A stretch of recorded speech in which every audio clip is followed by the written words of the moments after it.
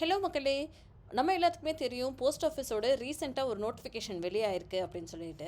So அந்த ஒரு notification பத்தின ஃபுல் ஒரு வீடியோ நான் மேலே போட்டிருக்கேன். அதை நீங்கள் செக் அவுட் பண்ணி பார்த்துக்கோங்க. கீழே டிஸ்கிரிப்ஷன் லிங்க்ல கொடுக்குறேன். அதை செக் அவுட் பண்ணி பார்த்துக்கோங்க. அதை இது எப்படி அப்ளை பண்ணுறது அப்படின்றது தொடர்ந்து இந்த வீடியோ ஃபுல்லாகவே பாருங்கள். எதுவுமே ஸ்கிப் பண்ணிடாதீங்க. உங்களுக்கு ரொம்ப யூஸ்ஃபுல்லாக இருக்கும். ஃபஸ்ட்டு அவங்க என்ன கொடுத்துருக்காங்க அப்படின்னா, இந்த ஒரு லிங்க்குக்கு போகணும். இந்த ஒரு லிங்க்கையும் நான் டிஸ்கிரிப்ஷன் பாக்ஸில் கொடுத்துறேன். நீங்கள் கிளிக் பண்ணீங்கன்னா அப்படின்றப்ப உங்களுக்கு வந்து இப்படி ஒரு பேஜ் நோட்டிஃபை ஆகும். சரிங்களா? ஸோ இதில் என்ன கொடுத்துருக்காங்க அப்படின்னா, நோட்டிஃபிகேஷன் கொடுத்துருப்பாங்க. ரெஜிஸ்ட்ரேஷன் அப்ளை ஆன்லைன் அப்படின்னு சொல்லி கொடுத்துருப்பாங்க.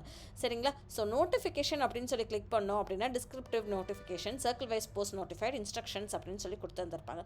ஸோ டிஸ்கிரிப்டிவ் நோட்டிஃபிகேஷன் அப்படின்றது நீங்கள் கிளிக் பண்ணோம் அப்படின்னா, இவங்க வந்து இந்த ஒரு நோட்டிஃபிகேஷன் சொன்னோம் இல்லையா? ஸோ அந்த ஒரு நோட்டிஃபிகேஷன் வந்து டீட்டெயில்டாக அவங்க இங்கே கொடுத்துருக்காங்க. ஸோ என்னென்ன போஸ்ட்டு, என்ன சேல்ரி, எவ்வளோ பேக்கேஜ் அப்படின்றது இங்கே ஃபுல்லாமே டீட்டெயில்டாக கொடுத்துருக்காங்க. இங்கே பாருங்கள். ஸோ பிபிஎம்க்கு வந்து லைக் 12,000 29,000 வரைக்கும் கொடுப்போம். ஏபிபிஎம் தக்ஸேவுக்கு 10,000 24,470 வரைக்கும் கொடுப்போம் அப்படின்ற மாதிரி சொல்லியிருக்காங்க.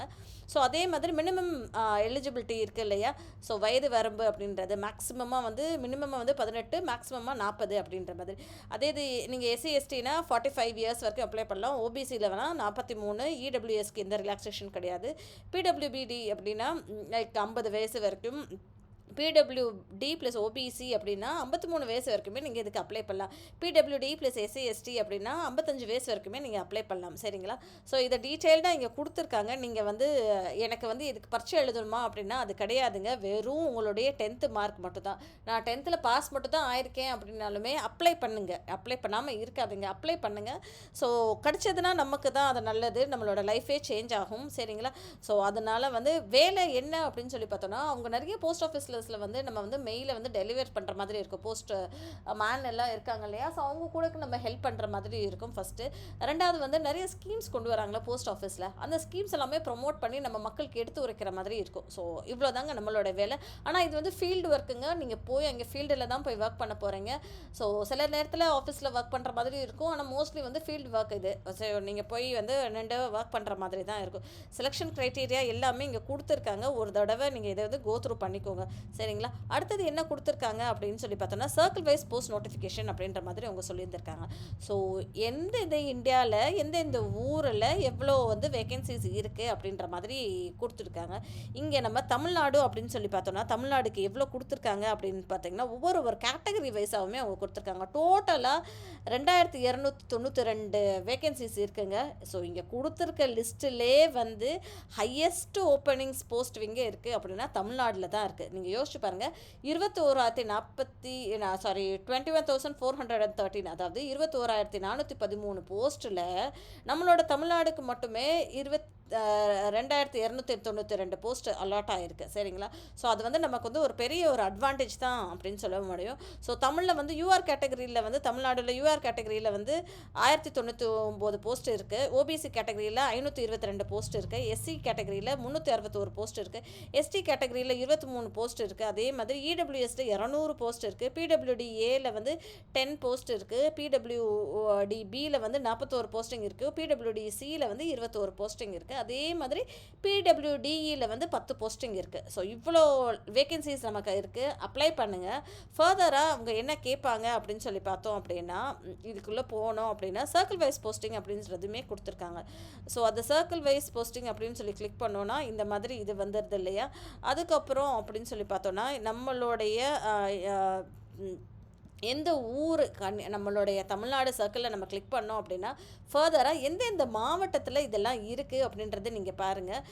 அரக்கோணத்தில் இருக்குது, செங்கல்பட்டில் இருக்குது, சென்னை சிட்டி, அப்புறம் Chennai city north, south, Coimbatore, Gudalur, Dharmapuri, Dindigul, Erode, Kanchipuram, Kanyakumari, Karaikudi, Karur, Kovilpatti, Krishnagiri, Kumbakonam, Madurai, Mayiladuthurai, Nagapattinam, Namakkal, Nilgiri, Pattukkottai, Pollachi, Pondicherry, Pudukkottai, Ramanathapuram, RMS CB, RMS M, RMS AMA, RMST அப்படின்னு சொல்லி கொடுத்துருக்காங்க. Salem east, west, Sivaganga, Srirangam, Tambaram, Thanjavur, Theni, Tiruchirappalli, Tirunelveli, Tiruppur, Tiruvannamalai, Thoothukudi, Vellore, Virudhunagar, Vriddhachalam. So இந்த மாதிரி ஏரியா எல்லாத்துக்குமே போஸ்டிங் அவைலபிளாக இருக்குங்க. உங்களுக்கு என்ன வேணும் அப்படின்ற எந்த லொக்கேஷன் நான் இப்போ ஃபார் எக்ஸாம்பிள் நான் ஸ்ரீரங்கம் பார்க்கணும் இல்லை காரைக்குடி பார்க்கணும் அப்படின்னா இந்த இடத்துல நீ ஸ்க்ரோல் பண்ணி நான் திண்டுக்கல் அப்படின்னு சொல்லி கொடுக்குறேன். திண்டுக்கல் மாவட்டத்தில் நான் இங்கே வியூ போஸ்ட் அப்படின்னு சொல்லி கிளிக் பண்ணிங்கன்னா உங்களுக்கு இங்கே பாருங்கள் தனியாக ஒரு பேஜே ஓப்பன் ஆகுது. இந்த ஒரு பேஜில் வந்து எந்த ஆஃபீஸ் இங்கே கொடுத்துருக்காங்க, எந்த டிஸ்ட்ரிக்ட்டும் கொடுத்துருக்காங்க.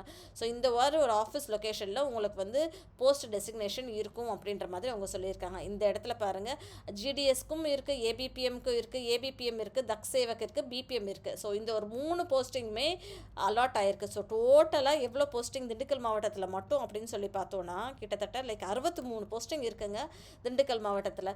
நான் என்ன பரிந்துரை ரெக்கமெண்ட் பண்ணுவேன்னா உங்களுக்கு என்ன வேணும், எந்த டிஸ்ட்ரிக்டில் நீங்கள் வேலை பார்க்கணும்னு அப்படின்னு ஆசைப்படுறீங்களோ அந்த டிஸ்ட்ரிக்டே செலக்ட் பண்ணுங்கள். இப்போ திண்டுக்கல் செலக்ட் பண்ணுங்கள், இல்லைப்பா நாமக்கல் செலக்ட் பண்ணுங்கள். பிகாஸ் இது kind of a field work. Okay, நம்ம போய் அங்கே வேலை பார்க்குற மாதிரி இருக்கும். அதனாலவே வந்து நமக்கு என்ன தேவையோ அதை நம்ம செலக்ட் பண்ணிவிட்டு அதுக்கேற்ற மாதிரி போஸ்டிங் நீங்கள் பார்த்துக்கோங்க. அது ஒரு பின்கோடோடையே அவங்க கொடுத்துருக்காங்க. அதனால் இந்த ஒரு லொக்கேஷனில் இந்த போஸ்டிங்கு ஏபிபிஎம், தக் சேவக்கு, பிபிஎம் இது எல்லாமே இருக்குது. அதை போய் நீங்கள் செக் அவுட் பண்ணிக்கோங்க. அடுத்தது என்ன கொடுத்துருக்காங்க அப்படின்னு சொல்லி பார்த்தோம் அப்படின்னா ரெஜிஸ்ட்ரேஷன் நோட்டிஃபிகேஷனில் இது எல்லாமே கொடுத்துருக்காங்க. டீட்டெயில்டு நோட்டிஃபிகேஷன் ரிஜிஸ்ட்ரேஷன் இன்ஸ்ட்ரக்ஷன் அப்படின்னு ஒன்று கொடுத்துருக்காங்க. இது என்ன அப்படின்னு சொல்லி பார்த்தோன்னா ரெஜிஸ்ட்ரேஷன் பண்ணுறப்போ உங்களுக்கு வந்து கரெக்டான ஒரு மொபைல் நம்பர் இருக்கணும், கரெக்டான இமெயில் ஐடி இருக்கணும். சரிங்களா? மொபைல் நம்பர் கொடுக்குற பத்தில் 9-10 நம்பர் இருக்கணும். ஓகேங்களா? அதில் ஒரு நம்பர் நீங்கள் மிஸ் அவுட் பண்ணாலுமே உங்களுக்கு வந்து ப்ராப்பராக நோட்டிஃபிகேஷன் எதுவுமே அவங்க சைடில் இருந்து வராது. இமெயில் ஐடியுமே ஆக்டிவாக இருக்கிற ஒரு இமெயில் ஐடி கொடுங்க. நான் பாஸ்வேர்ட் மறந்துட்டேன், என்னால் அதுக்கு செக் அவுட் பண்ண முடியாது அப்படின்னா அந்த மாதிரி இருக்க இமெயில் ஐடி இல்லாமல் புதுசாக ஒரு இமெயில் ஐடி கூட க்ரியேட் பண்ணிவிட்டு அந்த பாஸ்வேர்டை ஞாபகம் வச்சுக்கோங்க. ஞாபகம் வச்சுட்டு உங்களுடைய மொபைல் நம்பரும் இமெயில் நம்பரும் கரெக்டாக கொடுத்துருக்கோங்க. ஏன் அப்படின்னா நம்ம ரிஜிஸ்டர் பண்ணப்போ நமக்கு ஒரு ஓடிபி வருங்க. அந்த ஒரு ஓடிபி வந்து நமக்கு வந்து மொபைல்லையும் இமெயில்லையும் தான் வரும். ஸோ அதை வச்சு தான் நம்ம ஃபர்தராக வந்து ஃபாலோ அப் பண்ணிக்க முடியும். இந்த ஒரு வேலைக்கான ஒரு ரிஜிஸ்ட்ரேஷன் நம்பர் மட்டும் தான் நமக்கு ஜென்ரேட் ஆகும். அந்த ரிஜிஸ்ட்ரேஷன் நம்பர் வச்சு தான் நம்மளால் எந்த ஒரு ஃபாலோ அப்புமே பண்ண முடியும். சரிங்களா? ஸோ அதே மாதிரி என்ன அப்படின்னு சொல்லி கொடுத்துருக்காங்களா, உங்களுடைய செகண்டரி ஸ்கூல் சர்டிஃபிகேட் இருக்குல்லையா, அதாவது 10th படிச்சிருக்க சர்டிஃபிகேட், அதை வந்து நீங்கள் அப்ளை பண்ணுற மாதிரி இருக்கும், அதை வந்து கொடுக்குற மாதிரி இருக்கும். சரிங்களா? அதே மாதிரி உங்கள் அம்மா அப்பாவுடைய பேர் வந்து ஆதார் கார்டில் ஸ்கூல் சர்டிஃபிகேட்டில் எப்படி கரெக்டாக இருக்கோ அதே மாதிரி தான் கொடுக்குற மாதிரி இருக்கும். டேட் ஆஃப் பர்த்தும் கரெக்டாக இருக்கணும், ஜெண்டர் வந்து கரெக்டாக இருக்கணும் அப்படின்ற மாதிரி சொல்லியிருக்காங்க. ஸோ நீங்கள் வந்து எந்த கம்யூனிட்டியில் இருக்கீங்க, அப்புறம் செகண்டரி ஸ்கூல் என்ன, எந்த வருஷம் ஆண்டு படித்து முடிச்சிங்க, உங்களுடைய ஆதார் நம்பர், அந்த மாதிரி எல்லாமே இந்த டீட்டெயில்ஸ் எல்லாமே நீங்கள் வந்து கரெக்டாக வச்சுக்கோங்க அப்படின்ற மாதிரி இருக்குது. And one more point is ஃபோட்டோவோட சைஸ் வந்து 50 கேபியில் தாங்க இருக்கணும். அதை நீங்கள் ஃபோட்டோ எடுத்துகிட்டு அதை வந்து மினிமைஸ் பண்ணி வச்சுக்கோங்க. சரிங்களா? ஸோ வந்து மினிமைஸ் பண்ணி வச்சுட்டிங்களாவே 50 கேபிக்கு மினிமைஸ் பண்ணிடலாம். அதே மாதிரி சிக்னேச்சர் அப்படின்ற இருக்குல்லையே உங்களோட சைன், அதையுமே நீங்கள் வந்து 20 கேபிக்கு நீங்கள் வந்து ரெடியூஸ் பண்ணி வச்சுக்கோங்க. ஸோ அது எப்படி பண்ணும் அப்படின்னா ஒரு வெள்ளை பேப்பர் எடுத்துக்கோங்க. வெள்ளை பேப்பரில் ஒரு ரெக்டாங்கிள் மாதிரி வரைஞ்சிட்டீங்க அப்படின்னு சொல்லி பண்ணலாம். அதுக்குள்ளே உங்களோட சைனை வந்து நீங்கள் போட்டு வச்சுக்கோங்க. ஸோ போட்டு வச்சுட்டு அதை வந்து நம்ம மொபைல்லே நம்ம ஒரு ஃபோட்டோ மாதிரி எடுத்து வச்சுட்டோம் அப்படின்னா அதுக்கப்புறம் அதை நம்ம க்ராப் பண்ணி வச்சுக்கிட்டோம், வெறும் நம்மளோட சிக்னேச்சர் மட்டுமே க்ராப் பண்ணி வச்சுட்டோம் அப்படின்னா அதெல்லாம் ஈஸியாக போயிடும் நமக்கு அது அப்ளை பண்ணுறதுக்கு. சரிங்களா? ஸோ இது எல்லா டீட்டெயில்ஸுமே உங்களுக்கு தேவைப்படும், முன்னாடியே வச்சுக்கோங்க. சரி, அதுக்கப்புறம் வந்து இதுதான் அவங்க இன்ஸ்ட்ரக்ஷன்ஸ் அப்படின்னு கொடுத்துருக்காங்க. அடுத்தது என்ன அப்படின்னு சொல்லி பார்த்தோன்னா ரிஜிஸ்ட்ரேஷனுக்கு போகலாம். ரிஜிஸ்ட்ரேஷன் என்ன அப்படின்னா இந்த இடத்துல வந்து என்ன கொடுக்கணும் அப்படின்னா ரிஜிஸ்ட்ரேஷன் கிளிக் பண்ணோன்னா இந்த மாதிரி ஒரு பேஜ் ஓப்பன் ஆகும். ஓகேங்களா? ஸோ இந்த இடத்துல உங்களுடைய ஃபோன் நம்பர் கொடுங்க. உங்களுடைய ஃபோன் நம்பர் கொடுத்துட்டு உங்களுடைய 10 எண் ஃபோன் நம்பர் இருக்குல்லையா அதை வந்து கொடுத்துட்டு வேலிடேட் மொபைல் நம்பர் அப்படின்றது ப்ரெஸ் பண்ணுங்கள். வேலிடேட் மொபைல் நம்பர் அப்படின்னு சொல்லி கொடுத்த உடனே உங்களுக்கு வந்து ஒரு ஓடிபி வருங்க உங்களுடைய மொபைலில். அதை வச்சுக்கோங்க. ஓடிபி வருதா அப்படின்றது நமக்கு ஃபஸ்ட்டு தேவைப்படும். அதே மாதிரி இமெயில் அப்படின்றதையும் கொடுத்துக்கோங்க. உங்களோட வேலிட் இமெயில் அட்ரஸ் கொடுங்க. கொடுத்த பிறகு இந்த இடத்துல வேலிடேட் இமெயில் அப்படின்னு சொல்லியிருக்கு இல்லையா, அதையுமே கிளிக் பண்ணி வச்சுக்கோங்க. அந்த இடத்துமே உங்களோட இமெயில் சரியாக இருக்கா அப்படின்றது அவங்க சைட்லேருந்து ஒரு நோட்டிஃபிகேஷன் உங்களுக்கு இமெயிலில் கொடுப்பாங்க. அதையும் கிளிக் பண்ணிக்கோங்க. சரிங்களா? ஸோ அப்ளிகண்ட் நேம் அப்படின்றது உங்களுடைய நேமு, உங்கள் 10th சர்டிஃபிகேட்டில் எந்தெந்த மாதிரி நேம் இருக்கோ அதை நீங்கள் வந்து கரெக்டாக கொடுத்துக்கோங்க. சரிங்களா? அதுக்கப்புறம் உங்களுடைய அப்பா பேர், உங்களுடைய அம்மா பேர், அப்பா பேர் இல்லை தான் அம்மா பேர். ஓகேங்களா? அது வந்து செகண்டரி உங்களோட சர்டிஃபிகேட் 10th சர்டிஃபிகேட்டில் எந்த மாதிரி இருக்கோ அதே இங்கே வந்து கரெக்டாக கொடுங்க. உங்களோட டேட் ஆஃப் பர்த், உங்களுடைய பிறந்த தேதி கரெக்டாக நீங்கள் சர்டிஃபிகேட் என்ன கொடுத்துருக்கீங்களோ அதே இங்கே கொடுங்க. சரிங்களா? மாற்றி கொடுத்துடாதீங்க. ஜெண்டர் அப்படின்றது இங்கே வந்து ட்ராப் டவுன் ஓப்பன் ஆகும். இந்த ட்ராப் டவுனை கிளிக் பண்ணிவிட்டு மேலா ஃபீமேல் ஃபீமேலாக இங்கே கிளிக் பண்ணுங்கள். டிரான்ஸ்ஜெண்டர்னால் அங்கே கிளிக் பண்ணிக்கோங்க. அதுக்கேற்ற மாதிரி உங்களோட கேஸ் ஆஃப் டிரான்ஸ்ஜெண்டராக இருந்தீங்கன்னா ஓகேயா. ஸோ டிரான்ஸ்ஜெண்டராக இருந்தீங்கன்னா நீங்கள் வந்து செலக்ட் அப்படின்னு சொல்லிட்டு ஃபர்தராக வந்துமே உங்களுக்கு வந்து ஒரு வருது. ஓகேங்களா. அதேமாதிரி நீங்கள் வந்து டிரான்ஸ் மேனா டிரான்ஸ் விமனா அப்படின்னு சொல்லியுமே நீங்கள் வந்து செலக்ட் பண்ணி கொடுத்துருந்துக்கலாம். சரிங்களா. அடுத்தது கம்யூனிட்டி, என்ன கம்யூனிட்டி அப்படின்றது இங்கே ஒரு ட்ராப் டவுன் இருக்குது. ஸோ ஓபிசி அப்படின்னா ஓபிசி கிளிக் பண்ணிக்கலாம். அதே மாதிரி circle in with secondary school passed அப்படின்றது எந்த சர்க்கிளில் நீங்கள் படிச்சிருக்கீங்க இதை நீங்கள் கொடுத்தீங்க அப்படின்னா நமக்கு வந்து தமிழ்நாடு சர்க்கிள் அப்படின்னா இங்கே தமிழ்நாடு அப்படின்றது கிளிக் பண்ணிக்கோங்க. சரிங்களா. Year of passing secondary school, எந்த ஆண்டு நீங்கள் படித்து முடிச்சிருக்கீங்க அப்படின்றது இங்கே கொடுங்க. இப்போ ஃபார் எக்ஸாம்பிள் நான் வந்து 2009 படிச்சிருக்கேன் அப்படின்னா 2009 கொடுக்கலாம். இல்லைப்பா நான் வந்து 2018 தான் முடித்தேன் அப்படின்னா 2018 கொடுத்துக்கலாம். எந்த ஆண்டு நீங்கள் படித்து முடிச்சிங்களோ அந்த ஆண்டை நீங்கள் கொடுத்துருக்கோங்க. அதே மாதிரி என்டர் த டெக்ஸ்ட் ஷோன் பிலோ அப்படின்னு சொல்லி இருக்கா, இந்த ஒரு இதை வந்து கரெக்டாக இங்கே நீங்கள் கொடுக்கணுங்க.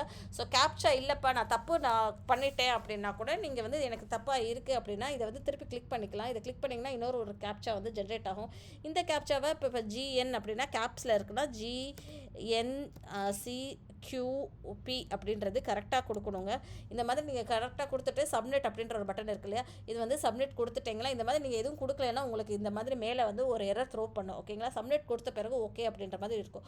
அந்த இடத்துல உங்களுக்கு வந்து ஃபர்தராக வந்து ஒரு ஓடிபி வரும். அடுத்த ஒரு பேஜ் வந்து நேவிகேட் பண்ணி போகுது. அந்த ஒரு நேவிகேஷனில் வந்து நீங்கள் கொடுக்குற மாதிரி இருக்கும். உங்களுடைய ஸ்கூல் எந்த ஸ்கூலில் நீங்கள் ஸ்கூல் இல்லை, உங்களோட 10th மார்க் என்ன, உங்களோட ரெஜிஸ்ட்ரேஷன் நம்பர் என்ன அப்படின்ற மாதிரி வரும். அதுக்கப்புறம் வந்து நீங்கள் எந்த மீடியத்தில் நீங்கள் படிச்சீங்க அந்த மாதிரி எல்லாமே கேட்குறாங்க. ஸோ அந்த டீட்டெயில்ஸ் எல்லாமே கரெக்டாக கொடுத்துருங்க.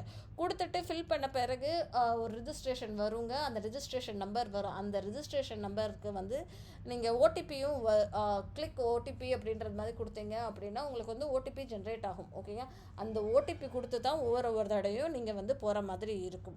அதுக்கப்புறம் நீங்கள் இந்த டீட்டெயில்ஸ் எல்லாமே ஃபில் பண்ணிட்டீங்க அப்படின்னு சொல்லி பார்த்தோன்னா அடுத்தது வந்து நீங்கள் வந்து பெண்கள் இங்கே வந்து விமென் அப்படின்னு சொல்லி கொடுத்துருந்தீங்கன்னா உங்களுக்கு வந்து லைக் ஃபீ ரெஜிஸ்ட்ரேஷனுக்கு எதுவுமே போகாது. இல்லைப்பா அப்படின்னு சொல்லி கொடுத்தோன்னா நம்ம என்ன கேட்டகரி கொடுத்துருக்கோமோ அந்த கேட்டகரிக்கு ஏற்ற மாதிரி ஃபீக்கு போகும். ஸோ ஃபீயில் வந்து 250 ரூபா 100 ரூபா இருக்கும். ஸோ உங்களுடைய கேட்டகரி பேஸில் ஃபீஸ் வரும். நீங்கள் அந்த ஃபீஸையுமே கிளிக் பண்ணி கொடுத்துக்கோங்க. கொடுத்துட்டு அதுக்கப்புறம் எல்லா டீட்டெயில்ஸுமே சப்மிட் அப்படின்றதையும் கொடுத்துருங்க. ஃபோட்டோ அப்லோட் பண்ணுற மாதிரி இருக்கும். ஃபோட்டோவை மினிமல் பண்ணி வச்சுட்டு அப்ளை பண்ணுங்கள். எல்லாத்தையும் அப்லோட் பண்ணிவிட்டு கிளிக் பண்ணிட்டு சப்மிட் பண்ணிடுங்க. சரிங்களா. ஸோ இதுதான் நான் உங்ககிட்ட ஷேர் பண்ணணுன்னு ஆசைப்பட்ட விஷயம். ப்ளீஸ் சப்ஸ்கிரைப் பண்ணுங்கள், சப்போர்ட் பண்ணுங்கள். தேங்க்யூ.